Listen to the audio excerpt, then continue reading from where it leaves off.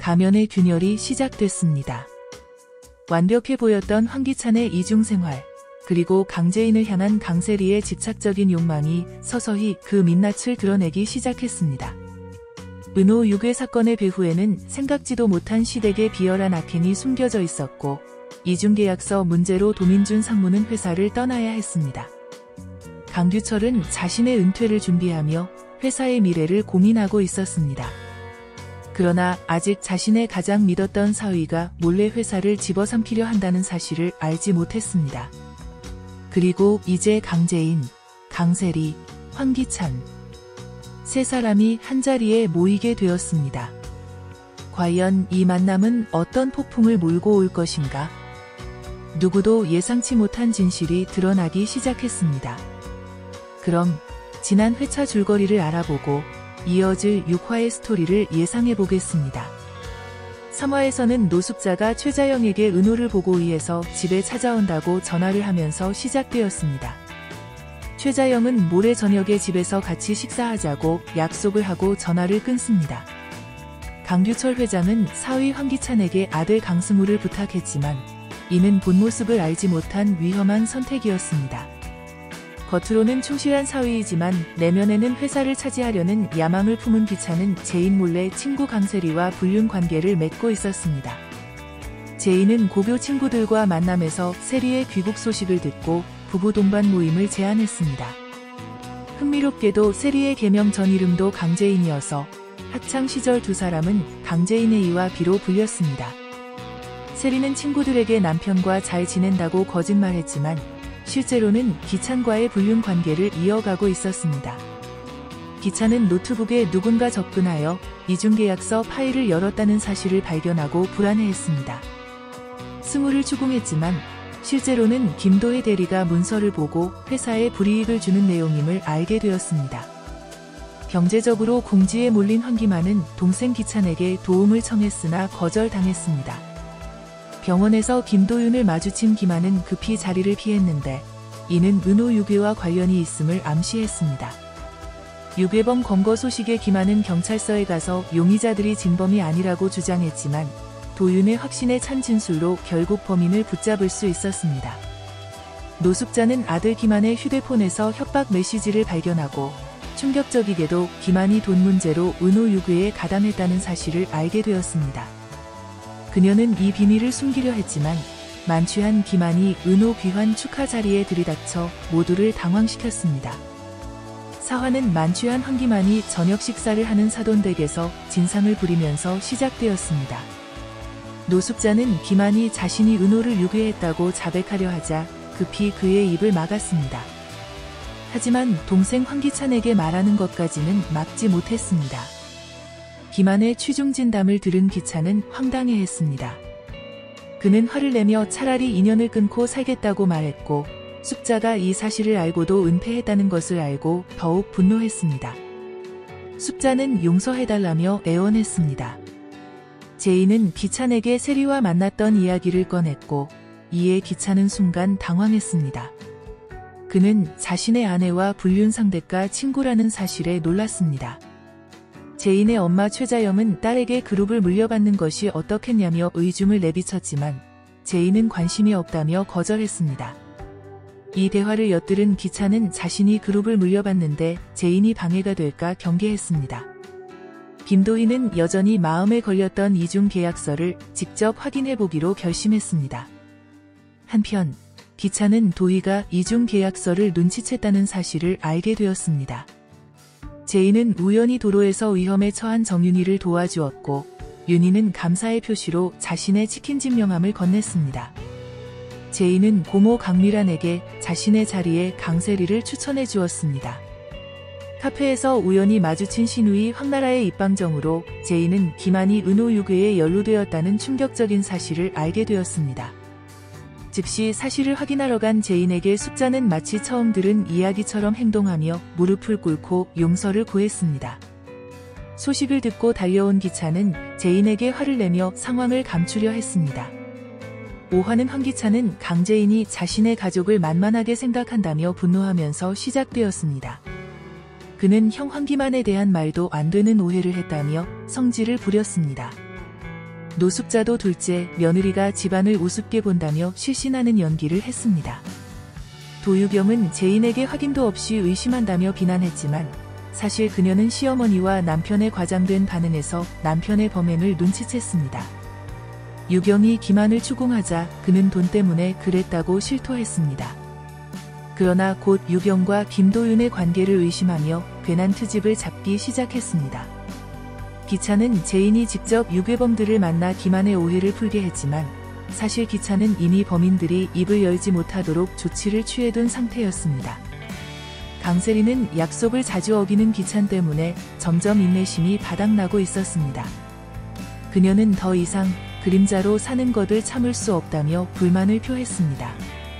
기차는 자신의 이중계약서가 발각될 위기에 처하자 미리 도민준 상무에게 책임을 전가했습니다. 강 회장은 도상무에게 퇴사를 압박했고 도상무는 떠나기 전 강 회장에게 팔은 안으로 굽는다는 충언을 남겼습니다. 도상무는 떠나기 전 도희에게 위험하니 이 일을 더 이상 파고들지 말라고 조언했습니다.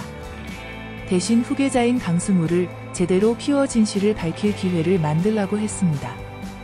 도희는 도상무의 말에 따라 승우를 가르치기로 결심했습니다. 병원에 심부름을 온 황나라는 우연히 도윤을 만나 첫눈에 반했습니다. 제인은 숙자와 김한에게 찾아가 무릎 꿇고 오해에 대해 사과했습니다. 숙자는 아량을 베푸는 척하며 제인을 용서했습니다. 한편 세리는 제인이 추천해준 자리에 합격 통보를 받았습니다. 도희는 우연히 기찬과 세리의 불륜 현장을 목격했고 자영은 제인의 휴대폰에서 사위의 불륜 사진이 담긴 문자를 발견했지만 딸이 상처받을까 봐 급히 삭제했습니다. 집에 돌아온 기찬은 애처가인 척 연기했지만 자영은 속으로 분노를 억누르고 있었습니다. 그리고 마침내 만나지 말아야 할 세 사람, 강제인, 강세리, 황기찬이 한자리에 모이게 되었습니다. 이제부터 6화를 예상해 보겠습니다. 최자영의 날선 경고가 황기찬의 귓가에 맴돌았습니다. 기찬은 마주 앉은 장모의 차가운 눈빛에서 무언가 달라진 것을 느꼈습니다. 그것은 단순한 경계가 아닌 알고 있다는 확신이 담긴 시선이었습니다. 자영은 우연히 발견한 휴대폰 속 불륜의 증거를 보고 분노했지만 딸을 위해 증거를 삭제하고 일단은 침묵을 택했습니다. 하지만 그녀의 인내심은 한계에 다다르고 있었습니다. 강제인의 밝은 목소리가 현관에서 들렸습니다. 그녀는 강세리를 데리고 집 안으로 들어왔습니다. 세리는 예의 그 달콤한 미소를 지으며 인사했지만 그녀의 눈빛 속에는 이미 승리감이 깃들어 있었습니다. 기차는 순간 얼어붙었지만 곧 태연한 첫 미소를 지으며 아내의 친구를 맞이했습니다. 기차는 최대한 자연스럽게 행동하려 했지만 식은땀이 흘렀습니다. 세리는 자신을 바라보는 기찬의 당혹스러운 표정을 즐기듯 웃었습니다. 다른 사람들 앞에서는 서로 잘 모르는 사이인 척 행동하던 두 사람이었지만 세리의 오빠라는 호칭에 자영의 눈이 가늘어졌습니다. 세리가 제인의 친구로서 기찬에게 오빠라고 부르는 것은 자연스러운 일이었지만 자영은 그 속에 담긴 미묘한 친밀감을 놓치지 않았습니다. 제인은 세리에게 집안을 구경시켜주기 시작했습니다. 제인의 단순한 제안에 세리의 눈이 반짝였습니다. 이것은 그녀가 기다려온 기회였기 때문입니다. 기찬은 그 말을 듣자마자 불안해졌습니다. 그는 빨리 무슨 핑계를 대서라도 세리를 멀리 떼어놓고 싶었지만 자영의 시선이 그를 떠나지 않았습니다.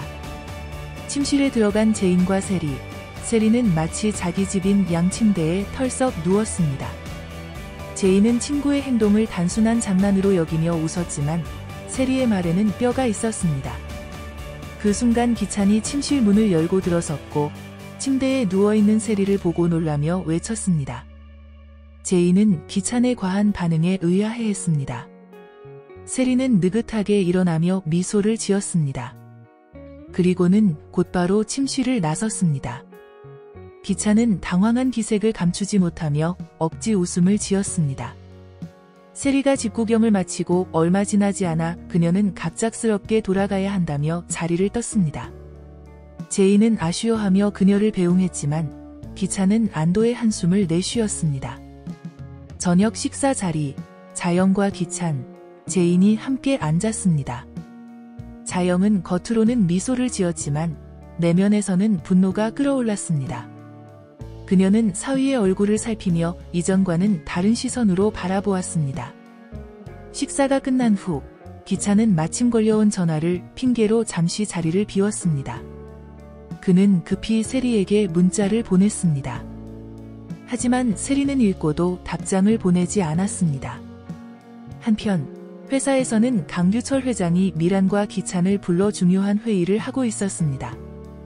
규철은 내년 전에 은퇴를 목표로 하고 있으며 양강체제로 회사를 이끌어가는 방안을 고려하고 있었습니다. 규철의 말에 미란은 진지하게 고개를 끄덕였지만 기찬의 눈에는 욕망의 불꽃이 타올랐습니다. 이것은 그가 기다려온 순간이었기 때문입니다. 기찬은 처남도 이제 회사 일에 관심을 가지기 시작했다며 좋은 타이밍이라고 말했습니다. 규철은 승우가 아직 많이 부족하지만 기찬이 잘 이끌어준다면 가능할 것이라고 답했습니다. 미라는 조카에 대한 이야기에 관심을 보였습니다. 회의가 끝난 후 기찬은 세리에게 전화를 걸어 회장이 내년에 은퇴한다는 중요한 소식을 전했습니다. 세리의 목소리가 흥분으로 떨렸습니다. 미란 상무 밑에서 일하게 되면 더 많은 정보를 얻을 수 있을 거라고 말하며 계획을 앞당길 필요가 있다고 판단했습니다.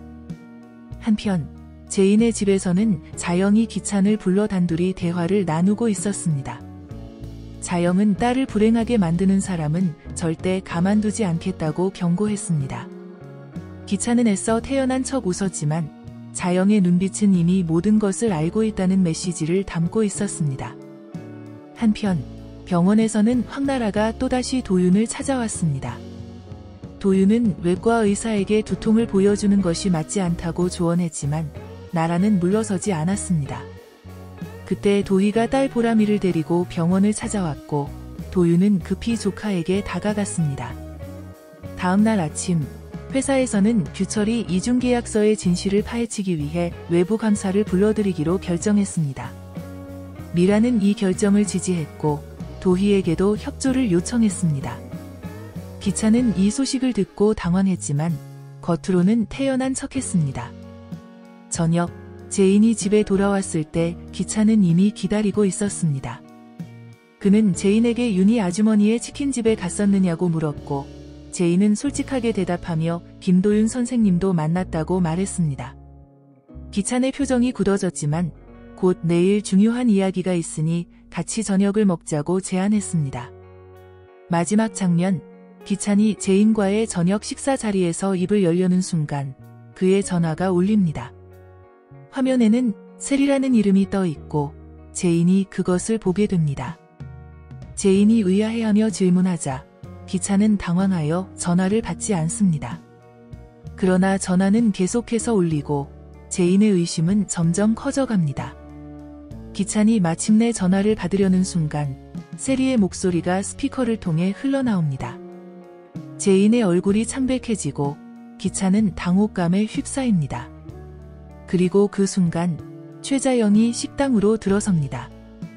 그녀는 이미 모든 상황을 파악한 듯 차가운 표정으로 두 사람을 바라봅니다.